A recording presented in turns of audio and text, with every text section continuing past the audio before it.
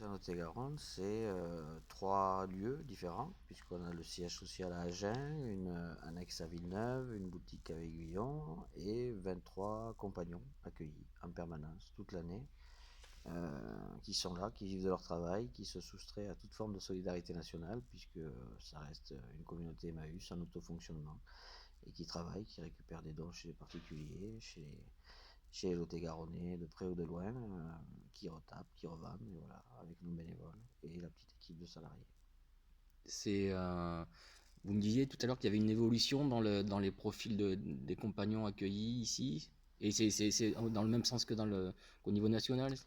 On a une tendance, c'est vrai, depuis 3 4 ans, où nos compagnons sont toujours les plus souffrants, hein, ceux qui sont dehors, comme nous le rappelait le fondateur. Mais néanmoins, aujourd'hui, on a beaucoup de gens en situation administrative délicate, oui, qui viennent dans nos communautés, mais qui sont à la rue et qui travaillent dans nos communautés et qui arrivent à s'en sortir. Les victoires ne sont pas nombreuses, mais on arrive aussi à en avoir, et qui s'intègrent parfaitement dans la communauté, donc qui n'ont pas de mal après à Hmm. s'intégrer ni dans la région ni dans le pays, quoi. Quel est le rôle aujourd'hui de la communauté? Elle vit de quoi? C'est quoi ses revenus? Elle vit de dons, uniquement de dons matériels, soit en apport volontaire. On a à peu près une soixantaine de dons de personnes qui viennent physiquement ici à Agen ou à Villeneuve porter des dons, des petits, qui sont les clients après. Et de Lot-et-Garonnais qui appellent pour se débarrasser souvent, parce qu'on a changé le frigo, qu'on a changé la salle à manger, et on vient récupérer gratuitement sur tout le département. Il y a une petite huitaine de jours de délai, parce que le département est large et Agen n'est pas bien central Hmm. dans tout ça. Mais on fait, c'est 4 camions, oui, 4 camions de 20 mètres cubes qui tournent toute l'année, puisqu'on ferme jamais. Et tous les jours de la semaine, hein? Tous les jours de la semaine, du mardi au samedi. Sur les heures d'ouverture, parce que je crois qu'il il y a eu une évolution par rapport à la fin de la grande vente de Lise. Vous avez Alors, il y a eu la réorganisé grande le vente d'avril fonctionnement. cette année, déjà, là, c'est la dernière qui a bien marché, où on a eu énormément de monde, mais qui est la vente annuelle que font toutes les communautés, la grosse vente.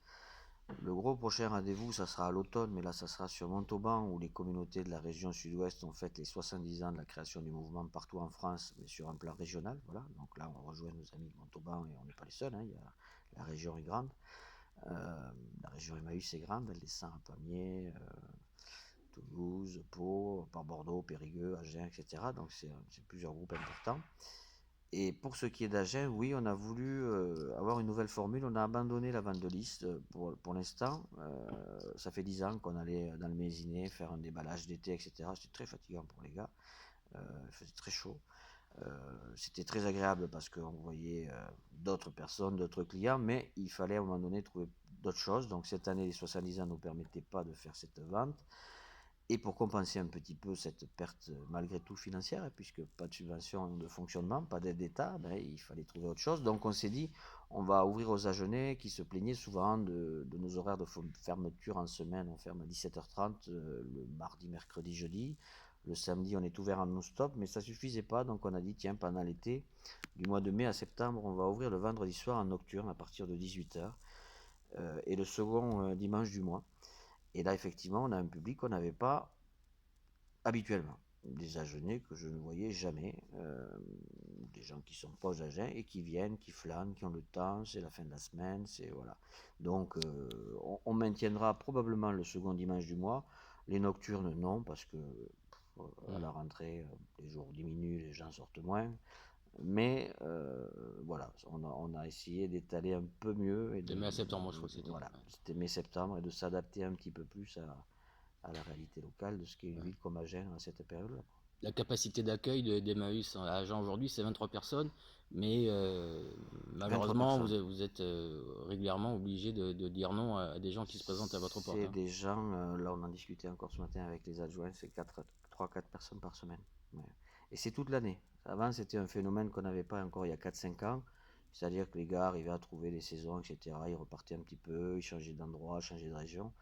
Aujourd'hui, et c'est valable dans quasi toutes les communautés de France, c'est complet. On a énormément de difficultés à trouver de la place à un gars qui se présente, et là on refuse, nous, c'est 4 personnes en moyenne toute l'année. Qu'est-ce que vous leur dites à ces gens?